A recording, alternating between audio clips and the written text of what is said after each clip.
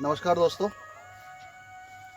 आप सभी लोगों का धन्यवाद। पहले तो हमारे 50 सब्सक्राइबर पूरे हो गए हैं, उसके लिए आप सभी लोगों का बहुत बहुत धन्यवाद। तो आज मैं फिर से अपना एक ब्लॉग लेके आया हूँ आप लोगों के बीच में,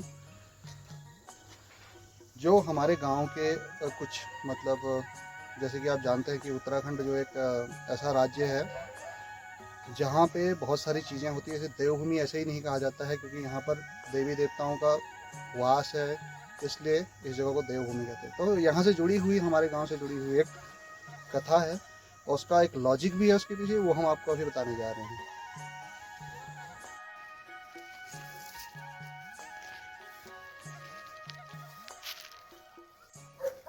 तो दोस्तों, जैसा कि मैंने अभी आप लोगों को बताया था कि उत्तराखंड को देवभूमि कहा जाता है क्योंकि यहाँ देवों का निवास स्थान है। तो इसी क्रम में आगे लेकर मैं आपको बताना जा रहा हूँ कि हमारे गांव में एक विशाल का वृक्ष जो चीड़ का है, आपको दिख रहा होगा मेरे पीछे। तो यहाँ पे हमारे पूर्वज बताते हैं कि ये देवी का मोड़ा है। देवी का मोड़ा इस जगह को इसलिए कहते हैं क्योंकि हमारे यहाँ पे कत्यूर देवता हैं। कत्यूरी राजवंश के बारे में हमने आपको पिछले ब्लॉग में बताया था। तो उनकी जो माता है जिया रानी, तो ऐसा कहा जाता है कि जिया रानी माता का जो डोला है वो इसी जगह से उठता है और एक विशेष दिन यहाँ से उठ के पूरे गाँव का भ्रमण करते हुए यहाँ से बहुत दूर दूर तक जाता है। तो यहाँ से देवी का डोला उठने की वजह से इस जगह का नाम देवी मोड़ा है। तो ये भी कहा जाता है कि यहाँ पे इस पेड़ के पास नीचे कम से कम 7-8 फीट लंबा चौड़ा जो है देवी का एक त्रिशूल इसकी जमीन के अंदर गाड़ा हुआ है। आप देख सकते हैं यहाँ पे जितने भी हरे भरे पेड़ हैं उन सब में सबसे तंदुरुस्त चीड़ का पेड़ यही है, चीड़ का वृक्ष यही है। और बाकी सब में लीसा भी लगा रखा है, लेकिन इस पेड़ पे लीसा लगाना बिल्कुल निषेध है। यहाँ पे कोई भी लीसा नहीं लगा हुआ। तो इस पेड़ की ये महानता है दोस्तों। इसी के थोड़ा सा आगे हमारा एक स्कूल पड़ता है, प्राइमरी पाठशाला गुरना। तो हमने बचपन में उसी स्कूल में पढ़ा था। उसी के बगल में ये देवी मोड़ा है जहाँ पर ये विशाल का पेड़ है। और यहाँ पे देवी माता बताते हैं कि साक्षात है, क्योंकि बचपन में मुझे याद है, मैं जब दूसरी क्लास में पढ़ता था तो आपको ये ज़मीन दिख रही होगी, एक खतरी सी यहाँ पे अभी घास दिख रही है। यहाँ से नीचे को एक रास्ता था, पैदल रास्ता हल्का सा, उसका अगर कोई निशान यहाँ पे होगा तो हम अभी आपको दिखा देते हैं।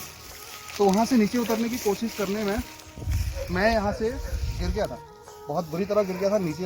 मतलब जहाँ पर मैं गिरा वहाँ पे मैं बेहोश भी रहा कुछ मिनट, मैं उठ नहीं पा रहा था। और फिर मेरे को पानी वानी डाल के लोगों ने होश में लाया, लेकिन मुझे कहीं भी खरोच भी नहीं आई थी और ना ही मेरे को कोई कुछ हुआ था, बस खाली मेरे को मूर्छा आई थी थोड़ी देर के लिए। तो इसलिए ये साक्षात देवी माँ जिया रानी का मोड़ा है, यहाँ से उनका डोला उठता है। और यहाँ पे अब कुछ लोगों ने यहाँ पे गांव में अपना भव्य मंदिर भी स्थापित कर दिया है। और इसके नीचे भी एक मंदिर यहाँ पे जो कि बहुत पुराना है, जो हमारे स्कूल के ज़माने से ही था। तो दोस्तों, ये है देवी का मोड़ जिसकी हम आपसे बात कर रहे थे। तो दोस्तों, वापस मैं अपने उसी प्राइमरी पाठशाला गुरना के स्कूल में पहुँच गया हूँ। वहीं से थोड़ी दूर देवी मोड़ के जस्ट बगल में ही है। तो यहाँ पे देखिए, यहाँ पे यहीं पे हमने इसी स्कूल में पढ़ा हुआ है। ये यहाँ पे आंगनवाड़ी केंद्र है, पहले उस समय नहीं हुआ करता था 90 के दशक में। और ये आपको पता ही है, ये किचन है बच्चों का, जो स्कूल में अभी मिड डे मील बनता है उसके लिए है। ये भी उस समय नहीं था क्योंकि हमारे टाइम पे मिड डे मील नहीं था। हाँ, लास्ट में चावल मिला करते थे उस टाइम पे, 2 किलो 3 किलो इस तरह से, तो हम लेके आते थे। तो ये है मेन स्कूल। ये स्कूल बिल्कुल वैसा ही है जैसा उस जमाने में था। जरा ये है कि स्कूल की ये वाली अलग से एक कमरा यहाँ का, ये अलग से बना हुआ। जब हमने पढ़ा था तो उस समय यहाँ पर एक पानी का नल हुआ करता था जिससे हम पानी वानी पीते थे, लेकिन अब वो नल यहाँ पर नहीं है। यहाँ पे एक बाउंड्री कर दी गई है, स्कूल की दीवार कर दी गई है।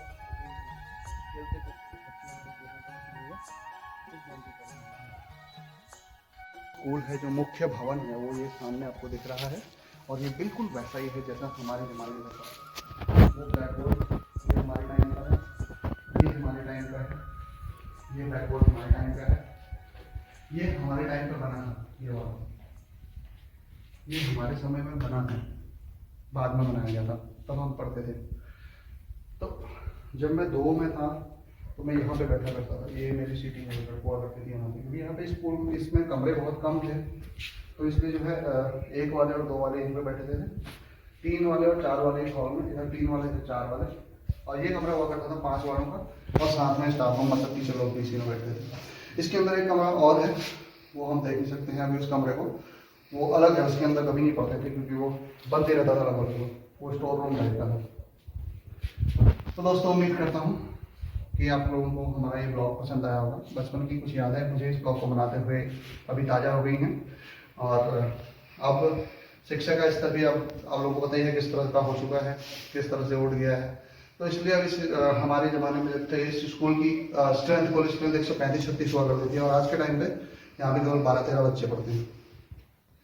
तो ठीक है, तब तक के लिए चलते हैं, और फिर आपसे मिलेंगे बहुत जल्दी दूसरे ब्लॉग में। आप सभी लोगों का एक बार फिर से धन्यवाद। ज़्यादा से ज़्यादा हमारे चैनल को लाइक, शेयर और सब्सक्राइब करिए, ताकि हमें और अच्छे अच्छे ब्लॉग्स बनाने के लिए प्रेरणा मिलती रहे और हम बनाते रहें। Thank you.